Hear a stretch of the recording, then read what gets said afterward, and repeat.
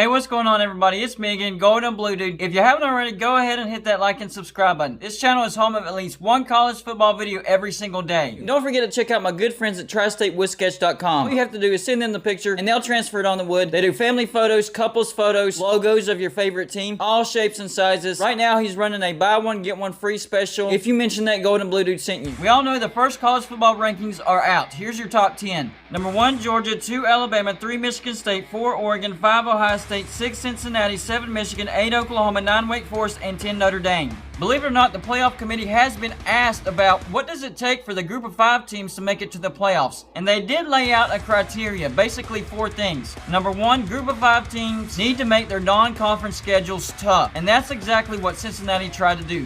They scheduled Indiana and Notre Dame. It's not their fault that Indiana turned out to be a dud. Indiana looked like they were going to be a great team before the start of the season. The next thing, try to make those tough non-conference games road games. That's exactly what Cincinnati did there. Road trips to Indiana and Notre Dame. Next criteria, it would greatly help if your group of 5 conference was the best group of 5 conference. In my opinion, the AAC is the best group of 5 conference right now. But the playoff committee tried to undermine that by not ranking SMU and Houston and turning around and ranking Fresno State and San Diego State. So they're trying to convince us that the Mountain West is better than the AAC to further their narrative. And finally, the last criteria. You need to blow out all your opponents in your conference games. That's kind of where Cincinnati has stumbled. They only beat Navy 27-20, and they struggled a little bit against Tulane, even though the final score was 31-12. Another thing is the perimeters that the playoff committee used to place these rankings aren't used consistently across the board. They're used more harshly on Cincinnati, and they're more lenient on everybody else. So we already talked about how Cincinnati struggled against Navy and struggled against Tulane. Well, number 2, Alabama, they lost to Texas A&M, who wasn't ranked at the time. And if Alabama had beaten Texas A&M, the Aggies wouldn't be ranked right now. And on top of that, Alabama has shaky wins over Florida, only a 2-point win, and a shaky win over Tennessee. Now, I know the final score was 52-24, but that falls under the same situation as Cincinnati and Tulane. The game was much closer than both final scores indicate. Now, number 4, Oregon. They lost to a bad Stanford, 3-5. They also barely beat a bad Cal team at home and shaky wins over Fresno State and UCLA. Ohio State, they lost to Oregon. That's not a bad loss, but their best win arguably is over Penn State, and that was a shaky win. The rest of their schedule up to this point hasn't been tough. Except for that road win at the beginning of the season against Minnesota. That's starting to look like a good win as well. Minnesota could win the Big Ten West. So seeing as how the perimeters aren't going to be applied consistently across the board, here's what Cincinnati needs to happen for them to make the playoffs. Number 1, Cincinnati needs to win out, and they need to blow everybody out. And it wouldn't hurt if the playoff committee ranked SMU and Houston to at least allow Cincinnati to have a couple more quality wins. On top of that, they need Notre Dame to win out. And they need Notre Dame to look good winning out. They need that win over Notre Dame to look as good as possible. Now, in the SEC, this is what Cincinnati needs to happen. They need Georgia to win out and win the SEC championship game. Whoever wins in the Iron Bowl, either Alabama or Auburn, they're going to get the SEC championship unless Auburn stumbles to Texas A&M. So Cincinnati needs everybody in the SEC West to have 2 losses. But on top of that, if Auburn does win out and gets the SEC championship, they need Georgia to beat Auburn as well. Because even though Auburn would have 2 losses, if they win the SEC championship game, the playoff committee will put them in, and also Georgia. Now for the Big Ten, here's what Cincinnati needs to happen. Well, first of all, it would help if Michigan State won out and won the Big Ten championship game. But if that didn't happen, if Ohio State beat Michigan State, then Cincinnati needs Ohio State to lose at Michigan or lose in the Big Ten championship game.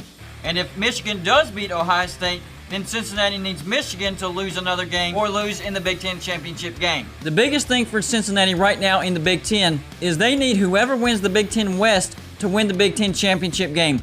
Wisconsin and Minnesota will play each other at the end of the season. Now, if Wisconsin wins the game, they'll have 3 losses. If Minnesota wins the game, they'll have 2 losses. So Cincinnati needs the winner of Wisconsin and Minnesota to go on and beat either Ohio State, Michigan, or Michigan State. Basically, the Big Ten West is Cincinnati's best friend right now. They need the winner of the Big Ten West to win the Big Ten championship.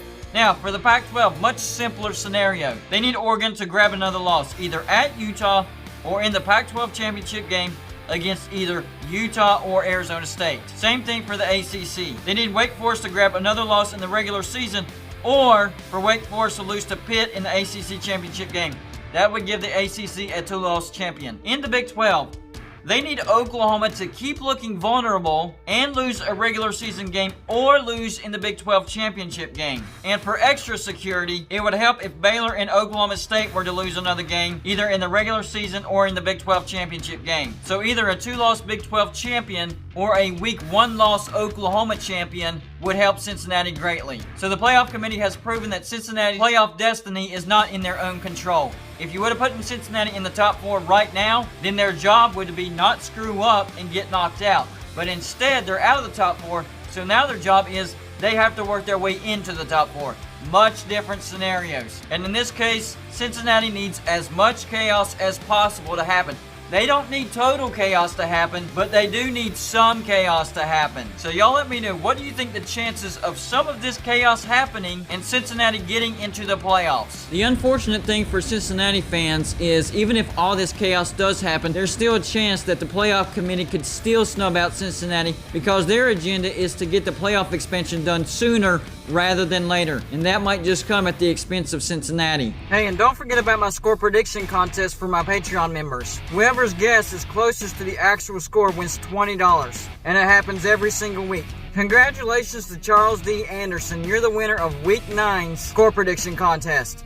Blue members get 1 guess prediction per week, gold members get 2 guess predictions per week, and champion members get 4 guess predictions per week. This week's score prediction contest game is number 13 Auburn at number 14 Texas A&M. And the tiebreaker is going to be number 11 Oklahoma State at West Virginia. So go join my Patreon page and send me your score prediction for Auburn at Texas A&M and Oklahoma State at West Virginia for your shot of winning $20. And you can win as many times as you want. Another thing is, I'm running this contest all the way through to the national championship game. So there's going to be plenty of chances to win some money. And once playoff time comes around, I'm going to bump up the prize to $50 for whoever wins the score prediction contest for the playoff games and the national championship. And I'll do the score prediction contest for the bowl games. And starting next week, I'll actually have you guys vote on my Patreon page on which games you want me to put in the score prediction contest for each week. So you guys will actually get to choose which games will be on the score prediction contest from next week to the end of the regular season. But you have to be a Patreon member to vote and to have a chance to win the money. I also have a Super Chat contest going on. For every $5 that you Super Chat during one of my live shows, you get entered to win a full-size helmet of the team of your choice and a prize worth up to $50 from TriStateWoodsketch.com. So every $5 you spend on the Super Chat on live show equals 1 entry to win those prizes. Drawing for my Super Chat contest will be on November 17th on Wednesday night. Winner will be revealed live on my live show. Hey, I just keep trying to prove that I'm the YouTuber for the people. I don't just take,